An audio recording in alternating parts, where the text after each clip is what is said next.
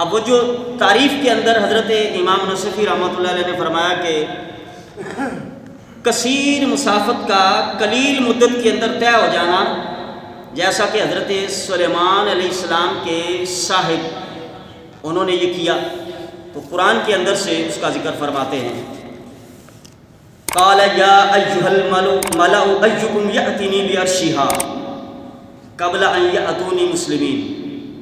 حضرت سلیمان علیہ السلام نے فرمایا کوئی ہے جو بلقیس کا تخت لے آئے اس سے پہلے کہ وہ میری بارگاہ میں مسلمان ہو کر حاضر ہو۔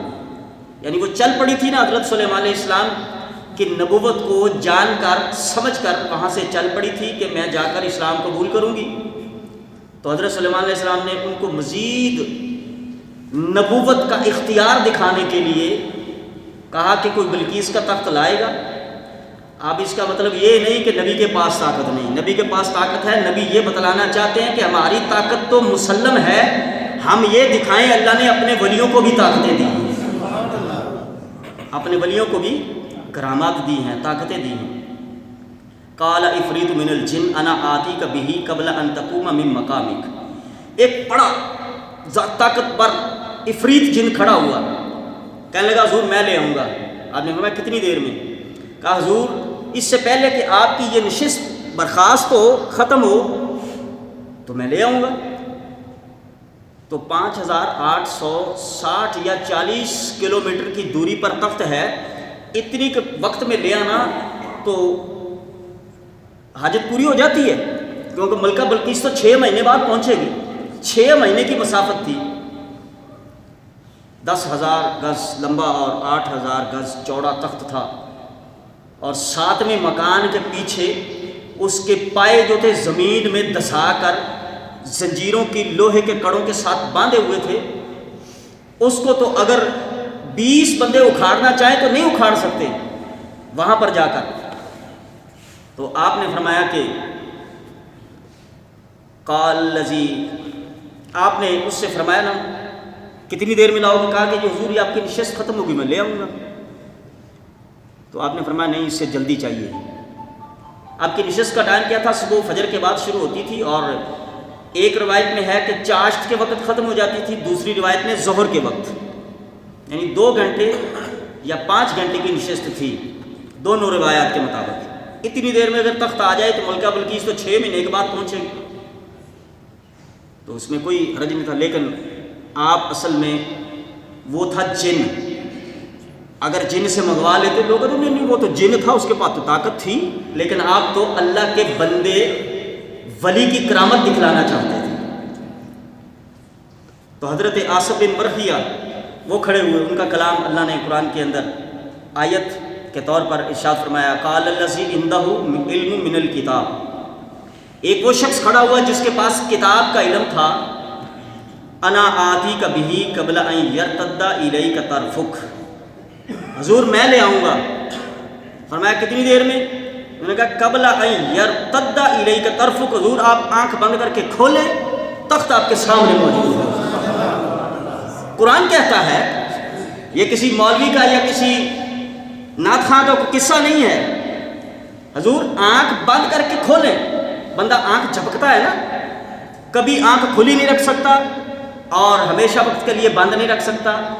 یہ جب زندگی کی حالت میں یہ چلتا پھرتا ہے نا تو اس کی آنکھ جھپکتی رہتی ہے، تو 1 سیکنڈ میں پتہ نہیں کتنی بار جھپکتی ہے یہ۔ تو فرمایا حضور آپ آنکھ بند کر کے کھولیں گے، تخت آپ کے سامنے موجود ہوگا۔ اور یہ دعویٰ نہیں، عمل بھی تھا، اور آگے قرآن اس کو بیان کر رہا ہے۔ فرمایا کہ فلما رآہ مستقرا عندہ، جب حضرت سلیمان علیہ السلام نے دیکھا تو تخت سامنے موجود تھا۔ اور پھر حضرت آصف بن برخیہ نے اپنی کرامت اور طاقت اور اختیار کا مظاہرہ کرنے کے بعد فرمایا قال ھذا من فضل ربی، حضور یہ میرے رب کا فضل ہے جو اس نے مجھے عطا کیا ہے۔ تو قرآن نے بتلا دیا کہ ولی کی کرامت موجود ہے، ولی کی کرامت موجود ہے۔ یہ حضرت آصف بن برخیہ حضرت سلیمان علیہ السلام کی امت کے ولی ہیں، اور میرے حضور نے فرمایا العلماء یا الاولیاء کہہ لیں، العلماء امتی کا انبیاء بنی اسرائیل، حضور نے فرمایا میری امت کے علماء اور ولی جو ہیں یہ بنی اسرائیل کے نبیوں کی طرح ہوں گے. وہ تو بنی اسرائیل کی قوم کا ولی تھا، تو میرے حضور کی امت کے جو ولی ہیں، حضور نے فرمایا کہ ان کے اختیارات اور کرامات جو ہیں یہ بنی اسرائیل کے نبیوں کی طرح ہوں گی. تو آصف بن برقیہ کی طاقت یہ ہے، تو غوث الاعظم کی طاقت کا کیا عالم ہوگا، داتا علی حجویری کی طاقت کا کیا عالم ہوگا، اور مولا کائنات علی المرتضیٰ جو سادات کے ابا جان ہیں، بادشاہ ہیں، ان کی طاقت کا کیا عالم ہوگا، فاروق اعظم کی کرامت اور طاقت، صدیق اکبر کی طاقت اور کرامت کا کیا عالم ہوگا.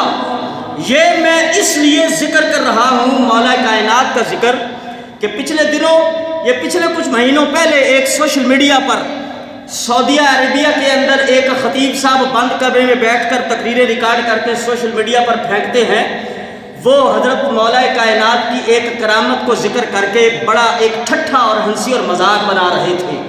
یہ آپ لوگوں تک پیغام پہنچانا مقصود ہے کہ کرامت کا ثبوت قرآن سے موجود ہے، تو پھر کرامت کا انکار کرنا یہ کھلی گمراہی ہے، قرآن کا انکار ہے.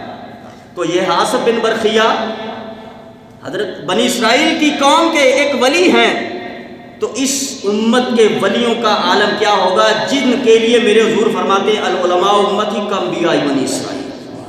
میری امت کے علماء ولی جو ہیں یہ بنی اسرائیل کے نبیوں کی طرح ان کو میرے رب نے اختیارات عطا کیے ہوں، بطور نبوت نہیں، بطور اختیارات. کوئی یہ نہ سمجھ لے کہ بطور نبوت ان کے مقابل ہیں، نہیں.